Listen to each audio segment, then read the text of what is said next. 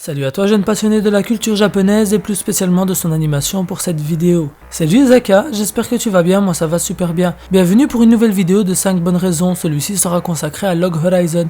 Mais avant de continuer, je tiens à préciser une information qui va être répétée dans chacune de mes rubriques afin de toucher tous mes abonnés. J'ai décidé de changer le nom de la chaîne, j'ai décidé de la nommer Ryuzaka. Car il s'agit de mon pseudo tout simplement et que je pense qu'il est plus facile pour vous les abonnés de me reconnaître à travers celui-ci. Et donc, on peut lancer la vidéo.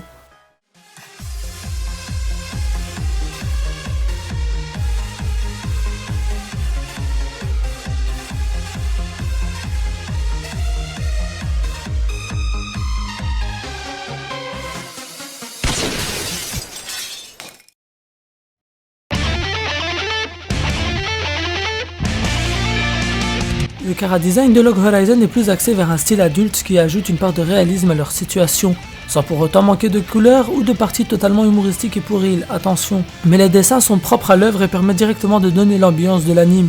Les personnages restent tout de même fort colorés afin de leur donner vie. Je trouve personnellement qu'il s'agit d'une qualité indéniable de Log Horizon, où les têtes des protagonistes décrivent parfaitement leur caractère.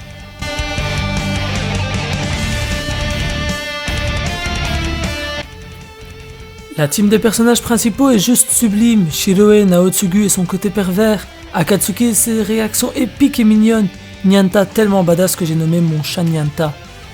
Chacun son rôle comme pour les MMORPG, un tank, un TPS, un healer, etc.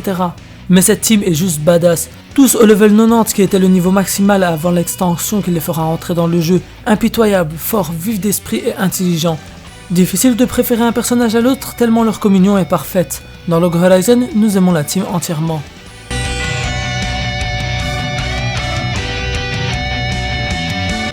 Si l'on pense que Log Horizon et Sword Art Online se ressemblent, c'est surtout car les deux œuvres se déroulent dans le virtuel, mais la comparaison s'arrête ici.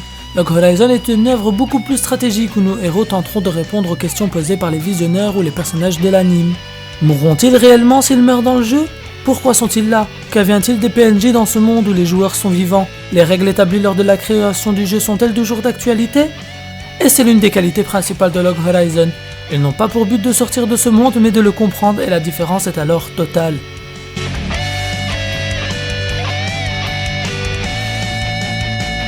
Avec un protagoniste qui est un stratège de très haut niveau, il y a toute une stratégie à travers chaque action des personnages de l'anime.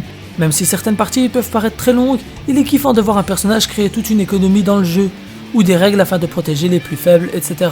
C'est le charme principal de l'œuvre. Il ne s'agit pas d'un anime où les combats sont fort présents, mais lorsqu'il y en a, celui-ci a une dimension en plus, celle de la stratégie. Même en combat, le rentre-dedans ne fonctionne pas. Log Horizon respecte la définition basique d'un MMORPG. En effet, on n'arrive pas à tuer un boss level 90 en lui donnant des coups aléatoirement. Il faut suivre des étapes et une stratégie pour le vaincre. Et c'est vraiment kiffant de voir toute une team faire un raid pour trouver la stratégie et battre un boss.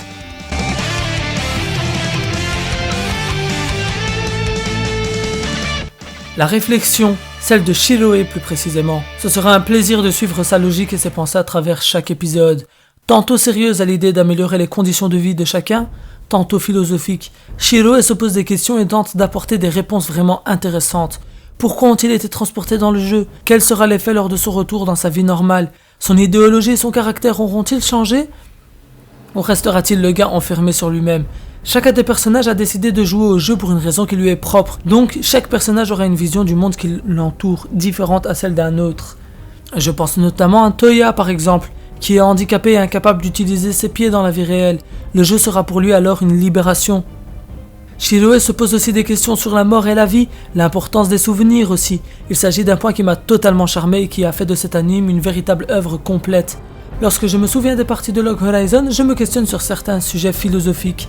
Et quand un auteur parvient à te faire chambouler comme ça, c'est qu'il a réussi là où d'autres auront raté en tant qu'auteur.